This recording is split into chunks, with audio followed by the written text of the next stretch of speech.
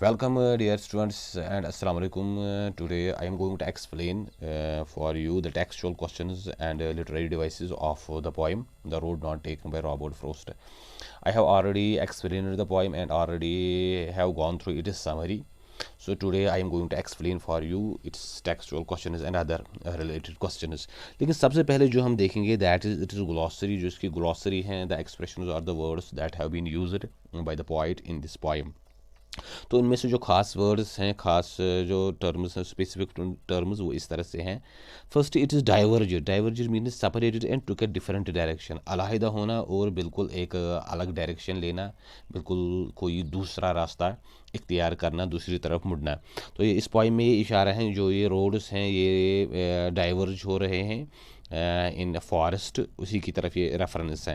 Then there is undergrowth. Undergrowth means dense growth of plants and bushes. जहाँ पे घने वो पौधे, पेड़ पौधे और झाड़ियाँ हों, that are mostly in the forest. जैसा कि पोइम में आया है, तो उनको अंडर ग्रोथ कहा जाता है. जो ये झाड़ियाँ होती हैं, बुशेस होती हैं. Then there is wanted wear. Wanted wear had not been used.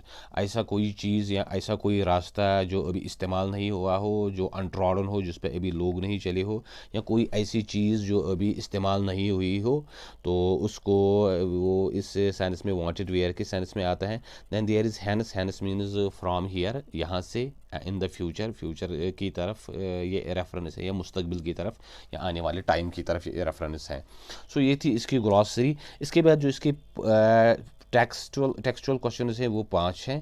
तो wire does the traveller find himself. जो ट्रैवलर था उसने अपने आप को कहाँ खड़ा पाया, कहाँ वो था, कहाँ उसने अपने आप को पाया, और उसके सामने क्या मसला था. What problem does he face. उसको कौन सी प्रॉब्लम फेस करनी पड़ी, कौन सा मुश्किल जो है उसको फेस करना पड़ा. तो इसका जो आंसर है वो इस तरह है. The traveller finds himself at a place where the road diverged in two directions. तो जो शायर है हमारा रॉबर्ट फ्रोस्ट, उसने अपने आप को एक ऐसी जगह पे पाया जहाँ पे जो रोड हैं वो दो हिस्सों में बट रहा था. It got divided into two directions. The problem he faced was which road he should choose. और शायर को अभी समझ नहीं आ रहा था कि इस जंगल में वो कौन सा रास्ता इख्तियार करे. एक्चुअली ये लाइफ की जो आपके डिसीजंस हैं कि आप कौन सा डिसीजन लोगे. जैसे शेक्सपियर ने कहा था, टू बी और not to be, that is the question, कि आप ये काम करोगे या नहीं करोगे. मसला यही है कि आपको डिसाइड करना है. तो यहाँ भी इसी तरफ रेफरेंस है कि आपको लाइफ में जो डिसीजंस लेने हैं, आप पहले सोचोगे और फिर आप वो डिसीजंस लेते हो.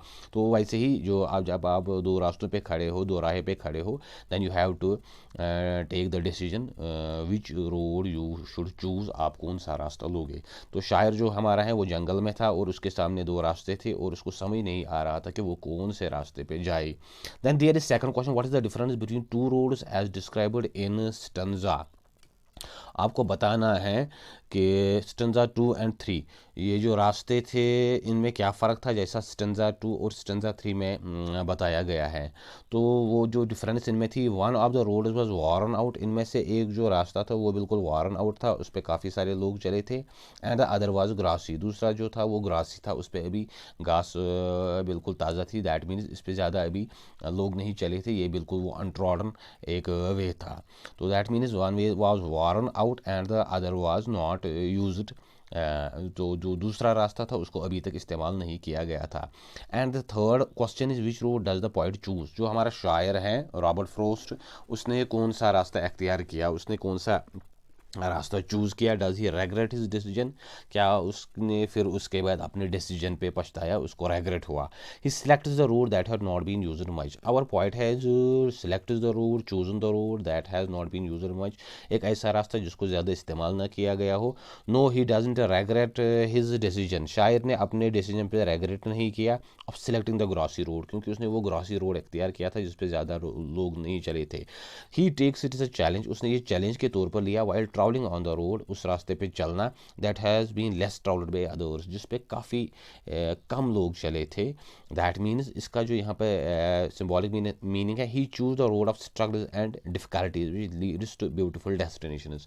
शायर ने वो रोड इख्तियार किया जो बिल्कुल स्ट्रगल और डिफ़िकल्टी से भरा था, मुश्किलों से भरा था, लेकिन जिसका जो अंजाम था दैट वाज ब्यूटीफुल डेस्टिनेशन, कोई खूबसूरत मंजिल, जो आपका गोल है, जो आपका अचीवमेंट है, वो आप हासिल कर सकते हो। तो शायर ने चैलेंजेस से भरा हुआ रास्ता लिया और उसको इस पे बिल्कुल कोई अफसोस नहीं हुआ, क्योंकि उसी से सारी डिफरेंस हुई, उसी ने उसको दूसरे लोगों से अलग बनाया, दूसरे लोगों से कामयाब तर बनाया।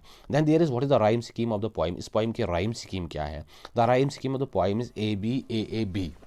जो इसकी राइम स्कीम है पोइम की वो इस तरह से है, दैट इज़ यहाँ पे वुड है, यहाँ पे बोथ, ये ए कंसिडर किया जाएगा, ये इसकी जो एंड जो इसकी साउंड बनती हैं, और यहाँ पे बोथ ही बी, फिर इसके बाद स्टूड कुड, ये फिर से A B A A।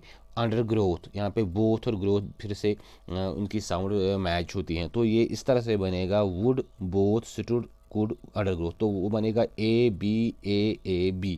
तो इसकी राइम स्कीम जो है that is A B A A B, क्योंकि ये 5 लाइन स्टंजा है, 5 लाइन इसका बंद है। ये आम जो राइटर हैं वो तकरीबन 4 लाइन इसका जो रखते हैं क्वार्टरिन, या 2 लाइन इसका रखते हैं कॉपलेट, तो शायर ने यहाँ पे 5 लाइन इसका एक ये स्टंजा बनाया हुआ है। तो इसकी जो राइम स्कीम है that is A B A A B।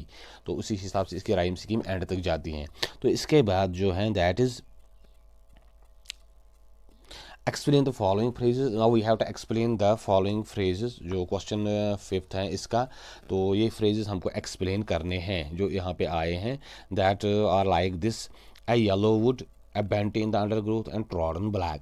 तो ये phrases यहाँ पे भी आए हैं, इस तरह से हैं। yellow wood means it means the forest where the leaves of trees had turned yellow।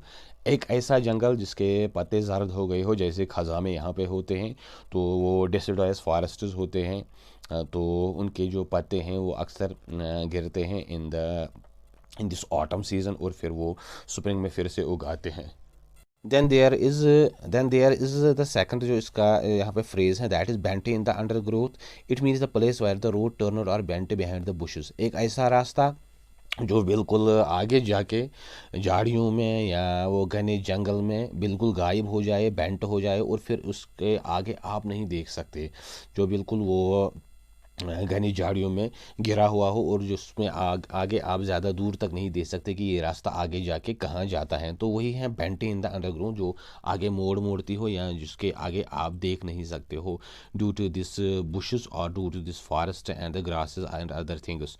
तो ये उसकी तरफ इशारा है, जैसे शायर के साथ इस पोइम में हुआ है कि उसको ये रास्ते हैं वो आगे जाके उसको नज़र नहीं आ रहे हैं, that where they are leading, ये किस सिमत जाते हैं और उनका एंड क्या होगा। लेकिन ड्यू टू दिस बुशेस, क्योंकि इसमें इतनी ज़्यादा झाड़ियाँ हैं, इतने ज़्यादा पेड़ पौधे हैं कि उसको नज़र नहीं आ रहा है। Then there is third one trodden black. Trodden black mean it means turned black by stepping over them.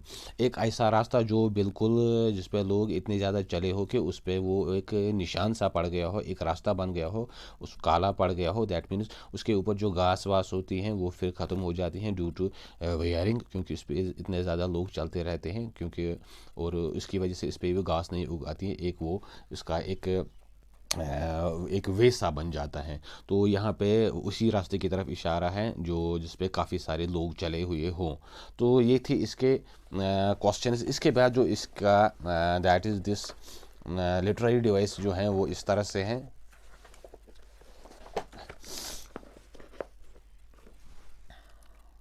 Literary device जो है वो यहाँ पे है।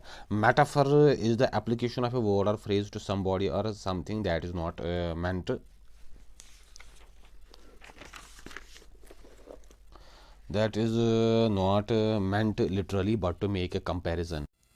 जो शायराना तालमी शायर ने इस पोइम में इस्तेमाल किए हैं दैट इज़ द मेटाफर, और वो इस तरह है: metaphor is the application of a word और फ्रेज टू समबॉडी और something that is not meant literally. Metaphor हम उस अल्फाज को या उस फ्रेज़ को कहते हैं जो शायर इस्तेमाल करता है, खासकर जो पोइट्री में इस्तेमाल होती है, जिसका लिटरल या लफ्जी या लुगती मीनिंग नहीं चलता, बल्कि उसका एक इम्प्लाइड मीनिंग होता है या एक इशारा होता है, जिसको उर्दू में इस्तिहारा कहते हैं, या जो इम्प्लाइड मेटाफर जिसको कहा जाता है। ये सिम्बली से डिफरेंट होता है क्योंकि इसमें लाइक और एज का इस्तेमाल नहीं होता है literally but to make a comparison. ये लिटरली इस्तेमाल नहीं किया जाता बल्कि एक कंपैरिजन के तौर पे ये।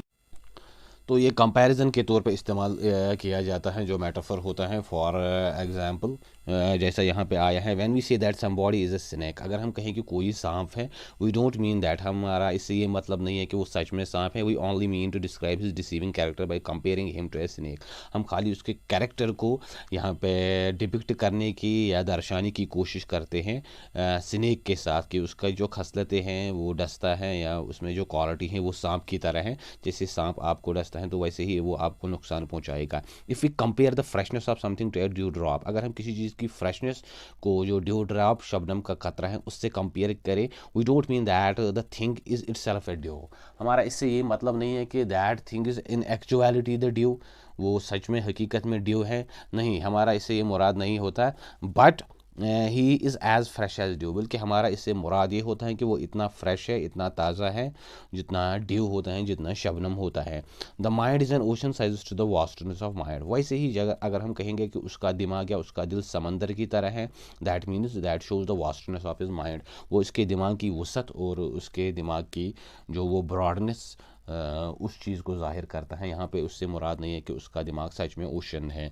सो these are the metaphors that have been used in literature most of the times, अक्सर ही लिटरेचर में ऐसे metaphor in one way other way ये इस्तेमाल किए जाते हैं।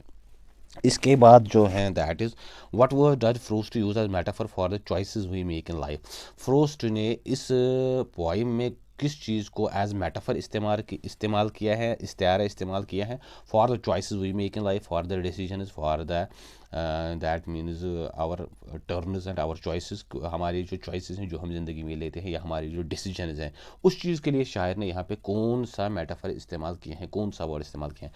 शायर ने यहाँ पे जो वर्ड किए हैं दैट इज़ द रोड्स, जो रोड्स का यहाँ पे जिक्र आते हैं कि two roads diverged in a wood, तो वैसे ही जो है शायर ने यहाँ पे as roads, roads means decisions और द वेज यू चूज़ और द चॉइसेस यू मेक, तो ये रोड्स एज चॉइसेस हमारे जो डिसीजन हैं उनकी तरफ ये इस्तारा इस्तेमाल किए गए हैं उनके लिए। Then there is discussion, discussion में आपको देखना है, you have to discuss these things with your classmates, with your teacher in your school, in your class. What do you want to be in life, आप ज़िंदगी में क्या बनना चाहते हो, list 3 choices in order of preference, you have to give 3 choices in order of preference. अगर मुझे कहा जाए तो मैं कहूँगा first I want to be a teacher, मैं टीचर बनना चाहता हूँ। देन अगर नहीं बन सका तो पुलिस ऑफिसर सेकंड था, and the third one was joining the social work, कोई समाजी काम या कोई NGO में ज्वाइन करना चाहता था। So these are the choices that I want in order of preference. ये हैं, पहले मैं टीचर बनना चाहता था, पुलिस ऑफिसर बनना चाहता था, या सोशल वर्क इस टाइप का कोई काम करना चाहता था। वैसे ही आपको भी you have to give your view of your goals of your preferences in order of choice, तो वैसे ही इन ऑर्डर ऑफ प्रेफरेंस आपको ये बताना है कि आप लाइफ में क्या क्या बनना चाहते हो। You have to give 3 choices, 3 choices आप दे सकते हैं। इसके बाद have a discussion in the class on the topic career options on available to the students of JNK, Jammu Kashmir में जो करियर चॉइस ऑप्शंस हैं कि हम कौन सा प्रोफेशन, कौन सा पेशा अख्तियार करें, हमारे पास करियर के क्या क्या मौके हैं, हम कैसे आगे बढ़ सकते हैं in our life, in our career, तो उस पर आपको डिस्कस करना है। You have to give your view. आजकल चूँकि अनएम्प्लॉयमेंट ज़्यादा है तो ज़्यादा लोग अभी ऑप्ट करते हैं कि वो कोई खुद का कोई बिज़नेस स्टार्ट करे, क्योंकि जॉबलेसनेस बहुत ज़्यादा हुई है और अनएम्प्लॉयमेंट की रेट जो है वो भी काफ़ी बढ़ रही है। बहुत ज़्यादा पढ़े लिखे जो यूथ हैं वो अनएम्प्लॉयड हैं और जो सरकारी नौकरी हैं वो ज़्यादा मिल नहीं रही है। So there are some other options one has to choose, तो इस वजह से दूसरे ऑप्शंस हैं जो हमको चूज़ करने पड़ेंगे, जिनकी तरफ हमें जाना पड़ेगा। So you have to give your view, तो आपको एक क्लास में ग्रुप सा बनाना पड़ेगा 3-3 4-4 स्टूडेंट्स का, and you have to give your opinions और views on this very topic. इसके बाद then there is last one suggested reading, suggested by this, ये जो पब्लिशर है जिसने सिलेबस डिज़ाइन किया है उसने ये आपको सजेस्ट किया है, you need to go through these works. Mending wall एक बड़ी मशहूर पोइम है रॉबर्ट फ्रॉस्ट की, ये अक्सर कॉलेज के जो इंग्लिश लिटरेचर का सिलेबस था या इंग्लिश था उसमें ये आती थी, तो you need to go through this poem, ये आपको सजेस्ट कर रहा है। Then there is finally the quote to remember, ये एक कोट है जो आपको याद रखना है, nature tells every 6 once, Ralph Waldo Emerson का है, ये अमेरिकन पोइट है। इसकी जो इससे पहले एक पोइम थी वो आपने पढ़ी थी परहैप्स नेशन स्ट्रेंथ या कोई दूसरी पोइम थी जो इसने लिखी थी आपके सिलेबस में। तो कह रहा है कि नेचर जो है, कुदरत जो है, वो आपको कोई भी राज एक दफ़ा बताता है या कोई भी चांस है वो आपको एक दफ़ा देता है। तो ये रॉल्फ वॉल्डो इमर्सन चूँकि फ़िलासफ़र भी था, ट्रांसेंडेंटलिस्ट, तो उसकी ये व्यू है। सो इसके बाद जो है finally there is a tongue twister, the doctoring doctors the way the doctoring doctor wants to doctor the doctor, not the way the doctor wants to be doctored. So you have to read these lines, आपको ये सिर्फ पढ़नी है to in order to get in order to improve your pronunciation in English, ताकि आपकी जो pronunciation है, आपकी जो speaking जो एबिलिटी हैं वो ज़्यादा इम्प्रूव हो सके। सो डियर स्टूडेंट्स, ये थी हमारी lesson the road not taken. आज हमने इसके जो टेक्सचुअल क्वेश्चन देखे, इसके जो लिटरेरी डिवाइसेस देखे और इसके जो एडिशनल जो कुछ क्वेश्चन थे वो हमने देखे और ग्लॉसरी देखी। उम्मीद है आपको ये ज़रूर समझ आया होगा और चैनल को ज़रूर शेयर करें, सब्सक्राइब करें, व्यू दे और बेल आइकन पर क्लिक करें ताकि जो और नेक्स्ट इंशाल्लाह जो लेसन हैं वो भी आप तक पहुँच सके, उनकी वीडियोज़ भी आप तक पहुँच सके। Wish you all the best and thank you.